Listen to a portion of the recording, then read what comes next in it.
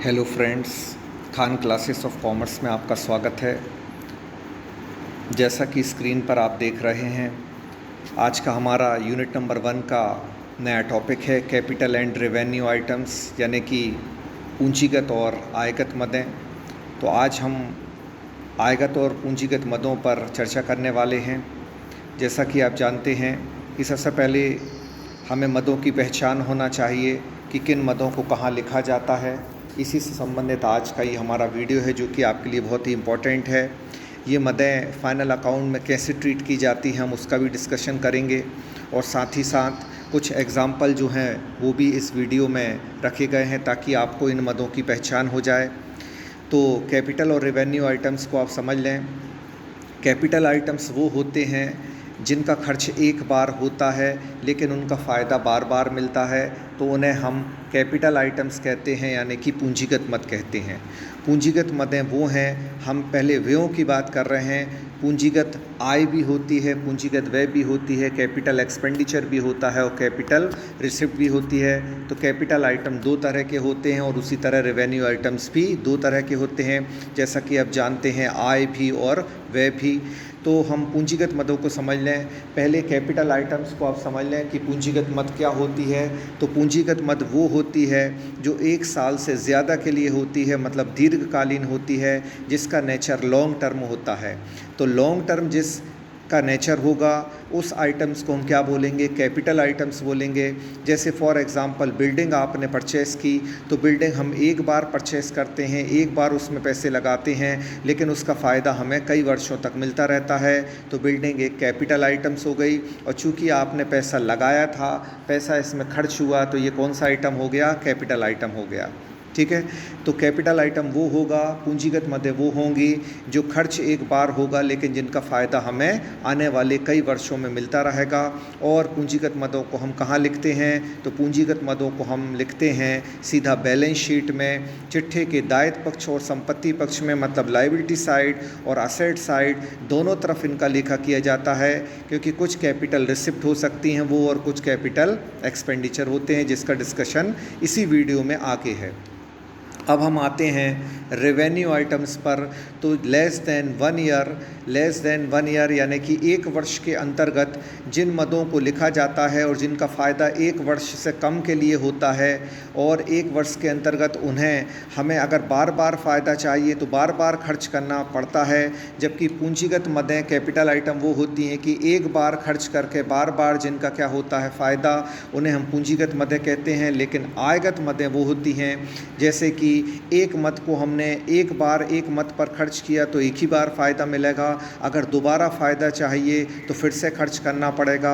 एक एग्ज़ाम्पल से आप दोनों मदों को बहुत ही क्लियरली समझ लेंगे। जैसा कि मकान जब हम बनवाते हैं तो हम एक पूंजीगत खर्च, एक कैपिटल एक्सपेंडिचर करते हैं जो कि बिजली फिटिंग पर होता है। मकान में अंडरग्राउंड जो है दीवार में और लेंटर में क्या है, अंडरग्राउंड बिजली की फ़िटिंग होती है। तो बताइए बिजली की फ़िटिंग कितने बार हुई, एक बार। लेकिन बिजली फिटिंग का फ़ायदा हमें कब मिलता है, हमेशा मिलता रहता है, क्योंकि हम हर बार बिजली का उपयोग हर माह, हर महीने, हर दिन और हर साल करते रहते हैं। तो बताइए बिजली की फ़िटिंग का खर्च क्या हुआ, कैपिटल एक्सपेंडिचर हुआ। लेकिन हर महीने जो बिजली का बिल आएगा वो रेवेन्यू एक्सपेंडिचर होगा। एक माह हमने बिजली यूज़ करी, एक माह का बिल चुकाएं, फिर अगले माह यूज़ करेंगे, अगले माह का बिल देना पड़ेगा। तो जो बार बार होता है उसे हम क्या कहते हैं, रेवेन्यू कहते हैं। लेकिन जो एक बार खर्च हो, फ़ायदा बार बार हो, वो कैपिटल आइटम होता है। अब आप समझ गए होंगे बिजली की फ़िटिंग का खर्च यानी electric fitting charges is called capital expenditure, but electric bill का पेमेंट जो होगा वो रेवेन्यू एक्सपेंडिचर होगा। और आप ऐसे भी याद रखें, रेवेन्यू मतलब रीन्यू, जिस एक्सपेंस को रीन्यू करवाने की ज़रूरत है, बार बार खर्च करने की ज़रूरत है, वो रेवेन्यू। एक दूसरा एग्जांपल ले लें, आपकी दुकान में अगर कोई सर्वेंट काम करता है तो उसको सैलरी एक मंथ की देंगे जब उसने एक मंथ काम किया। अगर वो अगले मंथ काम करेगा तो फिर अगले मंथ की सैलरी हमको देना पड़ेगी। तो बताइए उसमें भी क्या हुआ, रीन्यू हुआ।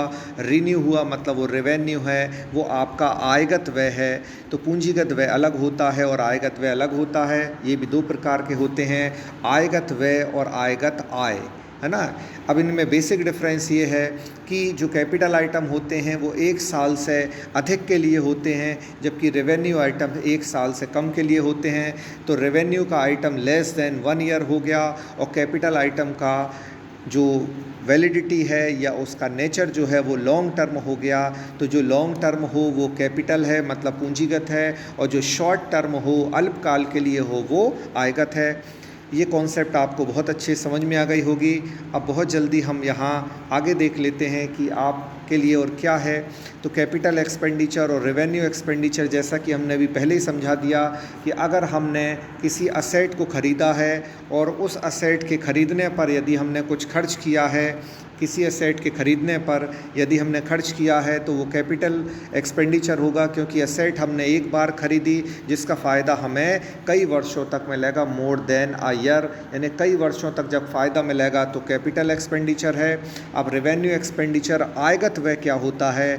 तो आयगत व्यय लेस देन 1 ईयर के लिए होता है, 1 वर्ष से कम के लिए होता है। और ऐसा कोई भी खर्च जो हमने 1 वर्ष से कम के लिए किया है, जैसे हमने सैलरी दी, हमने कमीशन दिया, एक बार हमारे एजेंट ने माल बेचा, एक बार हमने कमीशन दिया, अगले बार अगले महीने माल बेचेगा फिर कमीशन देना पड़ेगा।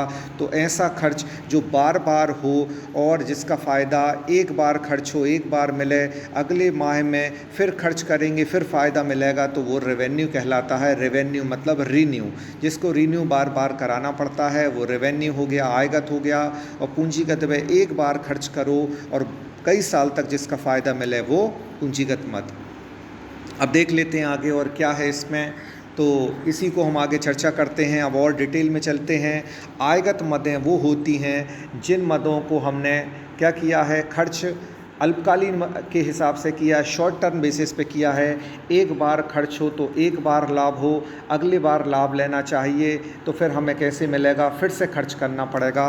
तो जिस खर्च को हम बार बार करें, बार बार लाभ लेने के लिए, तो वो रेवेन्यू आइटम्स कहलाता है, मतलब आपकी आयगत मद कहलाती है। इनको कहाँ लिखा जाता है वो भी समझ लें। इन्हें व्यापार लाभानी खाते में लिखते हैं। अब याद रखिए, व्यापार लाभानी खाते का नया नाम क्या हो गया है? इनकम स्टेटमेंट, यानी कि आय विवरण। ट्रेडिंग एंड पीएल अकाउंट को हम क्या कहते हैं? इनकम स्टेटमेंट कहते हैं। और बैलेंस शीट का नाम अभी वही है जिसको हम चिट्ठा कहते हैं। हिंदी में बैलेंस शीट को तुलन पत्र यानी कि चिट्ठा भी कहा जाता है। तो आयगत मदें रेवेन्यू जो कि 1 साल से कम के लिए होती हैं, इनका नेचर क्या होता है? Short term. और शॉर्ट टर्म की जितनी भी चीज़ें होती हैं उनको हम पीएल अकाउंट में लिखते हैं, ट्रेडिंग एंड पीएल अकाउंट में, यानी कि इनकम स्टेटमेंट में। कहाँ नहीं लिखते? इनको बैलेंस शीट में नहीं लिखा जाता। पूंजीगत मदें इनके विपरीत हैं, कैपिटल आइटम। कैपिटल आइटम्स को हम कहाँ लिखते हैं? इनको हम बैलेंस शीट में लिखते हैं लेकिन पीएल अकाउंट में नहीं लिखते। तो रेवेन्यू आइटम्स को कहाँ लिखा जाता है? रेवेन्यू आइटम्स को पीएल अकाउंट में लिखा जाता है, जबकि कैपिटल आइटम्स को कहाँ लिखते हैं? हम लिखते हैं बैलेंस शीट में। तो ये मदें बैलेंस शीट में आएंगी, जबकि ऊपर की मदें ट्रेडिंग एंड पीएल अकाउंट में आएंगी। ऊपर की जो मदें हैं रेवेन्यू, वो शॉर्ट टर्म होती हैं, जबकि कैपिटल आइटम जो है वो लॉन्ग टर्म होते हैं। आयगत मदों में एक बार खर्च करोगे एक बार फ़ायदा मिलेगा, जबकि पूंजीगत मदें कैपिटल आइटम्स में एक बार खर्च होगा तो फ़ायदा बार बार मिलेगा। आयगत मदें जो हैं वो ट्रेडिंग एंड पीएल अकाउंट में लिखी जाती हैं, जबकि कैपिटल जो मदें होती हैं, कैपिटल आइटम्स होते हैं, वो सीधे बैलेंस शीट में लिखी जाती हैं। और इनमें असेट्स और लाइबिलिटी ही कैपिटल आइटम होते हैं। आपसे पूछ ले जाए कैपिटल आइटम क्या हैं, तो all assets and all liabilities are capital item. और रेवेन्यू एक्सपेंस और रेवेन्यू इनकम क्या हैं? तो वो मदें जिनका रिलेशन विथ इन 1 ईयर से है, जो रिन्यू नेचर की होती हैं, जो शॉर्ट टर्म की होती हैं, जिनका फ़ायदा एक बार मिलेगा अगर एक बार खर्च है, या जिनका लाभ हमें एक बार होगा, तो उनको हम कहते हैं रेवेन्यू आइटम्स। आई होप कि ये कॉन्सेप्ट आपको बहुत अच्छे से समझ में आ गई है।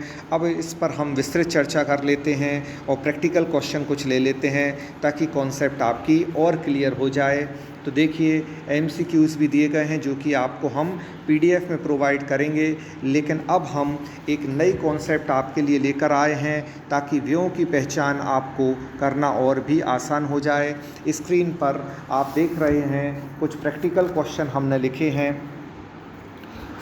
देखिए, इनमें सबसे पहले पहला पॉइंट हम पढ़ लेते हैं। एक मोटर गाड़ी जिसका पुस्तकीय मूल्य 1 लाख रुपए है, 1,50,000 में बेची गई और 50,000 रुपये का इसमें लाभ हुआ, तो ये लाभ कैसा है। एक मोटर कार है, 1 लाख रुपए उसकी बुक वैल्यू है और उसको बेच कितने में दिया गया, उसको बेच दिया गया आपका कितना, 1,50,000 में। 1 लाख की वैल्यू वाला 1,50,000 में बेचा। ये मोटर कार है। मोटर कार एक कैपिटल आइटम है, हमने आपको भी बताया। कार एक बार खरीदते हैं और यूज़ बार बार करते हैं, तो ये क्या हो गया, कैपिटल आइटम। तो याद रखिए, 1 लाख रुपए की कार को अगर हम 1,50,000 में बेचेंगे तो ये कैपिटल रिसिप्ट होगा, पूंजीगत आय होगी। क्यों होगी पूंजीगत आय, क्योंकि मोटर कार एक पूंजीगत संपत्ति है, एक कैपिटल आइटम है। तो इसका आंसर देखो आप यहाँ दिया है पहले पॉइंट में, पूंजीगत प्राप्ति मतलब कैपिटल आइटम। तो ये कॉन्सेप्ट आपकी क्लियर हुई। इसके बाद दूसरा पॉइंट है ऋणपत्र पर ऋण प्राप्त करने के लिए वैधानिक व्यय। तो ऋणपत्र जब हम क्या होते हैं, डिवेंचर हैं, तो डिवेंचर बोलिए लॉन्ग टर्म के लिए इशू किए जाते हैं। ये कंपनी का सब्जेक्ट मैटर है, लेकिन यहीं आ गया, यूनिट नंबर 2 से संबंधित है। अब यहीं आ गया तो यहीं डिस्कस कर लेते हैं, क्योंकि ये कैपिटल आइटम है। तो और हम जो टॉपिक पढ़ रहे हैं वो कैपिटल आइटम और रेवेन्यू आइटम का ही पढ़ रहे हैं, तो इससे यूनिट नंबर 2 का भी थोड़ा सा एक आस्पेक्ट कवर होगा। ऋणपत्र लॉन्ग टर्म होते हैं, याद रखिए। डिवेंचर जो होते हैं वो लॉन्ग टर्म होते हैं और इनको लॉन्ग टर्म के लिए मतलब 3 साल या इससे ज़्यादा के लिए जारी किया जाता है। तो ऋणपत्रों को जारी करने का वैधानिक व्यय कैसा व्यय कहलाएगा, पूंजीगत व्यय मतलब कैपिटल आइटम कहलाएगा। तो ये एक कैपिटल आइटम हो जाएगा। इसके बाद आगे देख लेते हैं, आपको पीडीएफ में ये अच्छे से मिल जाएगा, क्योंकि बड़े बड़े यहाँ सेंटेंस हैं। अब हम पढ़ देते हैं।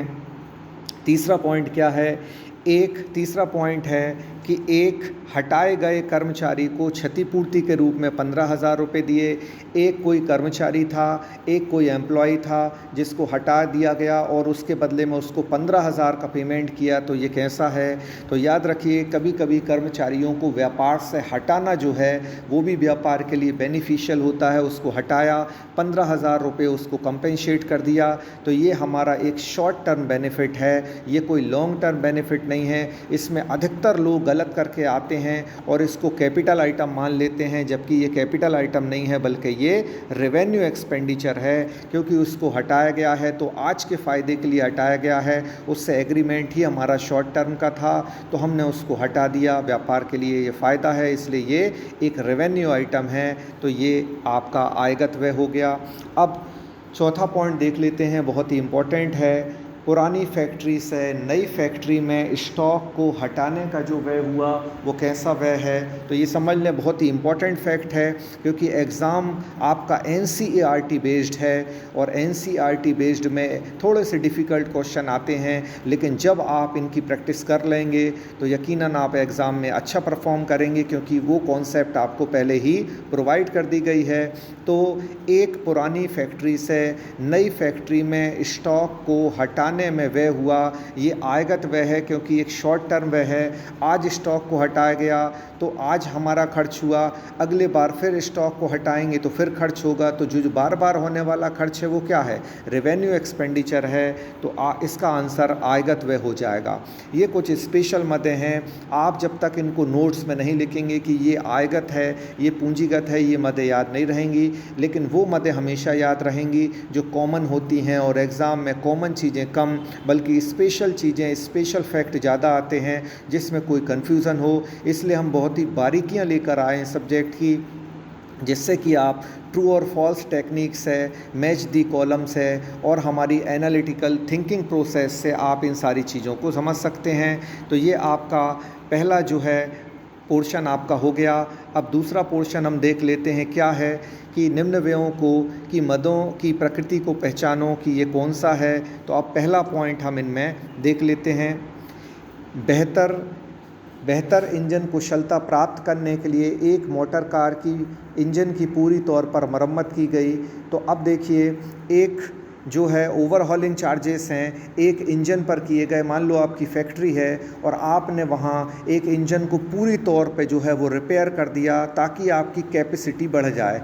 अब बताइए, ओवरहॉलिंग करवाई, इंजन की कैपेसिटी बढ़ गई, तो इंजन की कैपेसिटी बढ़ने का लाभ आज मिलेगा कि फ्यूचर में भी मिलेगा? फ्यूचर में भी मिलेगा। तो जब हम एक बार इंजन का काम करवा लेते हैं मोटर कार का, तो हमारी उसकी जो फैसिलिटी है वो अगले कई साल तक के लिए हो जाती है, अगले कई साल तक के लिए वो अच्छी हो जाती है, या लॉन्ग टर्म पीरियड के लिए अच्छी हो जाती है। तो ऐसा एक्सपेंडिचर कौन सा होगा? ऐसा एक्सपेंडिचर जो होगा वो पूंजीगत व्यय होगा, कैपिटल एक्सपेंडिचर, क्योंकि व्यय स्थायी रूप से हुआ है। अगर परमानेंटली कोई एक्सपेंस होता है तो वो कैपिटल आइटम है, और अगर शॉर्ट टर्म बेसिस पे होता है, टेम्परेरी बेसिस पे होता है, तो उसको हम क्या कहते हैं? उसको हम रेवेन्यू एक्सपेंडिचर कहते हैं। अगला व्यय देख लेते हैं, दूसरा पॉइंट क्या है। तो देखिए, दूसरा एक्सपेंस आपको क्या दिया गया है कि एक विद्यमान व्यवसाय में एक नई निर्माण इकाई खोले जाने के लिए उद्घाटन पर 25 लाख रुपए का खर्च हुआ। तो 25 लाख रुपए इन्होंने खर्च कर दिए।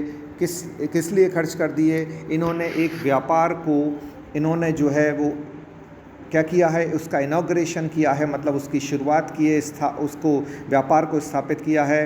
तो अब इसको ऐसे समझें कि एक विद्यमान व्यवसाय में एक नई निर्माण इकाई, मतलब हमारा बिजनेस पुराना है, हमने एक नए बिजनेस का उसको नया रूप देकर उसका इनॉग्रेशन किया और 25 लाख रुपए का एक खर्च कर दिया। लेकिन ये 25 लाख रुपए का जो खर्च है वो स्थायी रूप से नहीं है बल्कि टेम्परेरी है, क्योंकि इनॉग्रेशन दुकान का एक ही बार होता है, लेकिन इसका फ़ायदा कोई बार बार तो नहीं मिलने वाला। तो ये स्थायी प्रकृति का नहीं है, फिक्स्ड नेचर का नहीं है, इसलिए ये कौन सा व्यय होगा? तो ये आपका रेवेन्यू एक्सपेंडिचर होगा। याद से आप इसको बहुत अच्छे से इन पॉइंट्स को नोट कर लें, क्योंकि ये बहुत ही कंफ्यूजिंग पॉइंट हैं और बहुत ही हम बारीकियों वाले क्वेश्चन लाए हैं जो आपके एग्ज़ाम में काफ़ी हेल्पफुल होने वाले हैं। अब तीसरा क्वेश्चन देख लेते हैं। श्रमिकों को जिन्होंने स्वैच्छिक सेवानिवृत्ति का विकल्प लिया 2.5 करोड़ रुपए क्षतिपूर्ति के रूप में दिए। तो अब देखिए, यहाँ स्वैच्छिक सेवानिवृत्ति क्या होती है? इसको हम वॉलेंट्री रिटायरमेंट ऑफ सर्विसेज, मतलब VRS कहते हैं। आपने नाम सुना होगा। एम्प्लॉय अगर रिटायरमेंट की डेट के पहले ही अपना VRS करवा लेते हैं, मतलब स्वैच्छिक रिटायरमेंट ऑफ सर्विसेज करा लेते हैं, तो उनको गवर्नमेंट जो है वो पेमेंट करती है। तो 2.5 करोड़ रुपए ऐसा पेमेंट हुआ। तो ये पेमेंट जो हुआ है, बताइए आप कैसा पेमेंट है? तो ये पेमेंट आपका आयगत व्यय है, क्योंकि ये खर्च अभी आपको अभी देना पड़ेगा, तुरंत लगेगा, इसलिए ये खर्च जो है आपका आयगत व्यय हो जाएगा। अगर जैसा कि हमने आपको ऊपर बताया था कि हटाए गए कर्मचारियों को हटाना, या वो स्वैच्छिक रूप से अपने मन से अगर सेवानिवृत्ति ले लें, रिटायरमेंट, तो ये दोनों प्रकार के खर्चे आपके आयगत खर्चे होंगे। ये स्पेशल पॉइंट हैं इस टॉपिक के, इसलिए हम आज इसके 2 वीडियो लेकर आए हैं। एक पब्लिकली रहेगा और एक आपके लिए ये प्राइवेट रहेगा, सीक्रेट रहेगा। इसमें हम इम्पोर्टेंट ये फैक्ट लेकर आए हैं, जबकि उसमें ये फैक्ट हम नहीं लेकर आए। उसमें एक nominal knowledge with the help of MCQs जो है वो नॉलेज हमने प्रोवाइड किया है, आप उसको भी देखेंगे, वो भी आपको मिल जाएगा। अब इसमें हम आगे बढ़ते हैं और देख लेते हैं कि आगे आपको और क्या दिया है।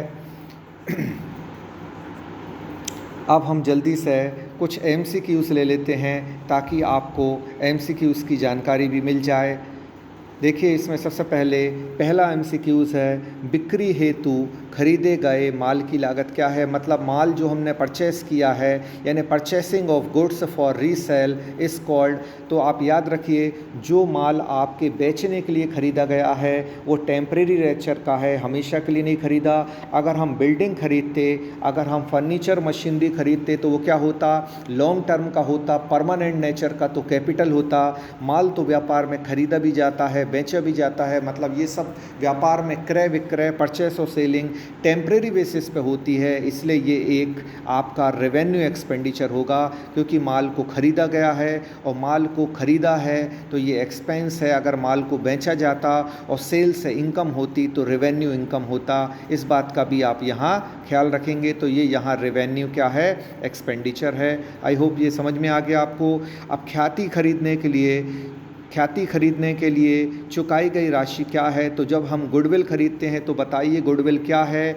गुडविल एक असेट है बिजनेस का। जब गुडविल बिजनेस का असेट है तो हमने आपको बताया असेट और लायबिलिटी से संबंधित एक्सपेंस जो होते हैं वो क्या होते हैं? वो कैपिटल एक्सपेंडिचर होते हैं, क्योंकि गुडविल एक बार हमने बनाई, बिजनेस की इमेज एक बार अच्छी हुई, कंज्यूमर के माइंड में एक बार अच्छी हमने पोजीशन बना ली तो हमारी गुडविल क्रिएट हो गई, जिसका फ़ायदा हमें आगे मिलता रहेगा। तो खर्च एक बार, फ़ायदा बार बार, इसलिए ये कैपिटल एक्सपेंडिचर हो जाएगा। अब देखिए, संपत्ति स्थायी है लेकिन उस पर ह्रास है, तो आप जानते हैं ह्रास लाभानी खाते के डेबिट में लिखते हैं, मतलब पीएल अकाउंट के डेबिट में। और हमने आपको बताया था पीएल अकाउंट में जो लिखा जाता है वो क्या होता है, पीएल अकाउंट में जो लिखा जाता है वो रेवेन्यू आइटम्स होते हैं, कैपिटल एक्सपेंस होगा, क्योंकि all expenses are debited in trading and PL account. तो जितने भी ट्रेडिंग और पीएल में लिखे जाते हैं वो रेवेन्यू एक्सपेंडिचर होते हैं, और जो बैलेंस शीट में लिखे जाते हैं वो कैपिटल एक्सपेंडिचर होते हैं। अब देख लेते हैं आगे और एमसीक्यूज़ क्या हैं। तो आगे देखिए, दिया गया है हाल ही में क्रय की गई पुरानी कार की मरम्मत पर हमने खर्च किया। तो याद रखिए, अगर कार नई होती और उस पर हम थोड़े दिनों के बाद मरम्मत रिपेयरिंग देते, कार खरीदने के बाद रिपेयरिंग देते, कार नई होती थोड़े दिन के बाद रिपेयरिंग की ज़रूरत जैसा कि पड़ जाती है होगी। अगर कार पुरानी होगी तो मैटर अलग होगा, नई कार होगी तो मैटर अलग होगा। याद रखिए, पुरानी कार खरीदी है तो पुरानी कार, ओल्ड कार परचेसिंग के बाद उस पर अगर रिपेयरिंग होगा तो वो कैपिटल एक्सपेंडिचर होगा, और अगर कार की मरम्मत पर या मशीन की मरम्मत पर अगर कोई खर्च होगा तो वो रेवेन्यू होगा। फिर से समझ लें इसको, रेवेन्यू कब होगा, कार या मशीन हमारी जो है हमारे पास है, हम खरीद चुके हैं, 2-4 महीने के बाद उसमें कुछ रिपेयरिंग चार्जेस लगा तो रेवेन्यू होगा। लेकिन पुरानी कार को उसके चलाने लायक बनाने के संबंध में जो मरम्मत का व्यय होगा वो पूंजीगत होगा, क्योंकि वो मरम्मत उस कार के प्रयोग से संबंधित है। रिपेयरिंग एक बार हुई और कार का उपयोग हम बार बार करेंगे तो वह कैसा हो जाएगा, पूंजीगत हो जाएगा। ये बहुत ही मटेरियलिटी वाले क्वेश्चन हैं, बहुत बारीक आपका क्या है नज़रिया होना चाहिए। कार नई है तो देखिए मैटर अलग है, और कार पुरानी है तो मैटर अलग है। पुरानी कार की रिपेयरिंग पर एक्सपेंस कैपिटल एक्सपेंडिचर, और नई कार या नई मशीन की रिपेयरिंग पर एक्सपेंस आपका क्या होगा, वो होगा आयगत व्यय होगा, मतलब रेवेन्यू एक्सपेंडिचर। इसके बाद देखिए, प्रारंभिक व्यय दिया है, मतलब प्रीलिमिनरी एक्सपेंसेस क्या है, तो इसके ऑप्शन आगे देख लेते हैं कि प्रारंभिक व्यय क्या है। तो प्रारंभिक व्यय आयगत व्यय तो नहीं होता। प्रारंभिक व्यय किस प्रकार का व्यय है, तो प्रारंभिक व्यय ना आयगत है ना पूंजीगत है, बल्कि वो स्थगित आयगत व्यय है।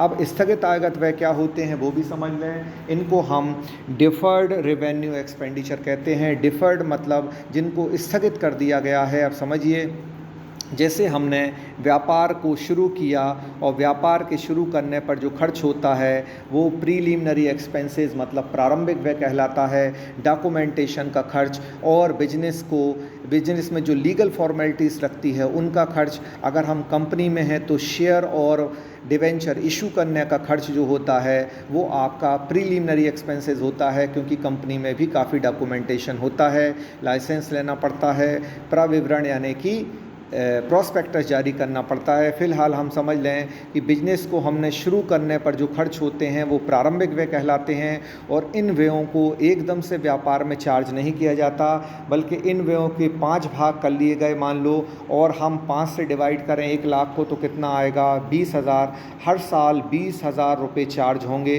तो जो व्यय एक लमसम व्यय है और जिसका फ़ायदा आगे कई वर्षों तक मिलेगा, लेकिन उस व्यय की मद को हम थोड़ा थोड़ा करके जब चार्ज करते हैं, मतलब एक हमारी एक लमसम कॉस्ट आई, उस कॉस्ट को हम 5 साल या 10 साल में डिवाइड कर लेते हैं कि हम इस खर्च को धीरे धीरे राइट ऑफ करेंगे। तो जिस खर्च को धीरे धीरे राइट ऑफ करा जाता है, अपलिखित करके समाप्त किया जाता है, उसको हम स्थगित आगम व्यय कहते हैं या डिफर्ड रेवेन्यू एक्सपेंडिचर कहते हैं।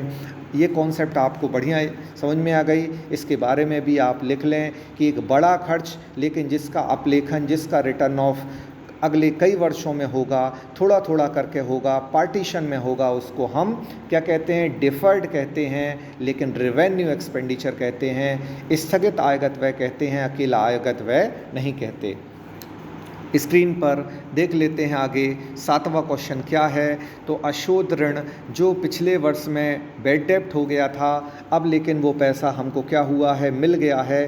तो याद रखिए, जब पैसा बैड डेप्ट होता है तो वो रेवेन्यू क्या होता है, एक लॉस होता है, आयगत हानि होती है। लेकिन अगर बैड डेप्ट हमारा इंग्लिश में देखिए रिकवर्ड हो जाए, यहाँ रिकवर्ड लिखा है मतलब वसूल हो गया। हिंदी में ये पूरा क्लियर नहीं है। अशोध ऋण यानी डूबत ऋण जो वर्ष के दौरान प्राप्त किया गया। अच्छा हाँ, आगे प्राप्त लिख दिया, मतलब रिसीव्ड हो गया, रिकवर्ड हो गया। तो अशोध ऋण पैसा डूब गया था, लॉस हो गया, लेकिन अब तो प्राप्त हो गया है। तो ये कौन सी प्राप्ति होगी? तो वो आपकी रेवेन्यू एक्सपेंडिचर होगी, क्योंकि बैड डेप्ट होता है तो हम पीएल अकाउंट के डेबिट में लिखते हैं, और बैड डेप्ट रिकवर्ड हो जाता है, डूबत ऋणों से वसूली हो जाती है तो इनकम बन जाती है, उसको हम क्रेडिट में लिख देते हैं। अशोध ऋण या डूबत ऋण आप अच्छे समझते होंगे। जो पैसा व्यापार में डूब जाता है वो अशोध ऋण या डूबत ऋण कहलाता है, बैड डेप्ट कहलाता है। और अगर वो बैड डेप्ट लॉस है, अगर वो पैसा हमारा देनदार से वसूल हो जाए तो वो हमारे लिए रेवेन्यू रिसिप्ट बन जाएगा। आगे देख लेते हैं 8वां क्वेश्चन। मशीन की मरम्मत पर 1200 रुपये खर्च किए। तो अभी हमने आपको बताया था ये एक जनरल मशीन है, और बताइए एक जनरल मशीन पर एक सामान्य रिपेयरिंग व्यय है, ये पुरानी मशीन पर नहीं है। अगर पुरानी मशीन पर होते तो क्या होते? कैपिटल एक्सपेंडिचर होते, लेकिन ये रेवेन्यू एक्सपेंडिचर होंगे, क्योंकि ये एक मशीन पर मरम्मत के रूप में है। अगर पुरानी मशीन होता, ओल्ड मशीन होता, और उसको चलाने लायक बनाने के लिए पैसे खर्च होते तो कैपिटल एक्सपेंडिचर होता, बट यहाँ ये रेवेन्यू एक्सपेंडिचर होगा। तो पुरानी और नई मशीन यानी कि पुरानी कार और नई कार पर भी हमको ध्यान देना है। एक शब्द आ जाने से, पुराने आ जाने से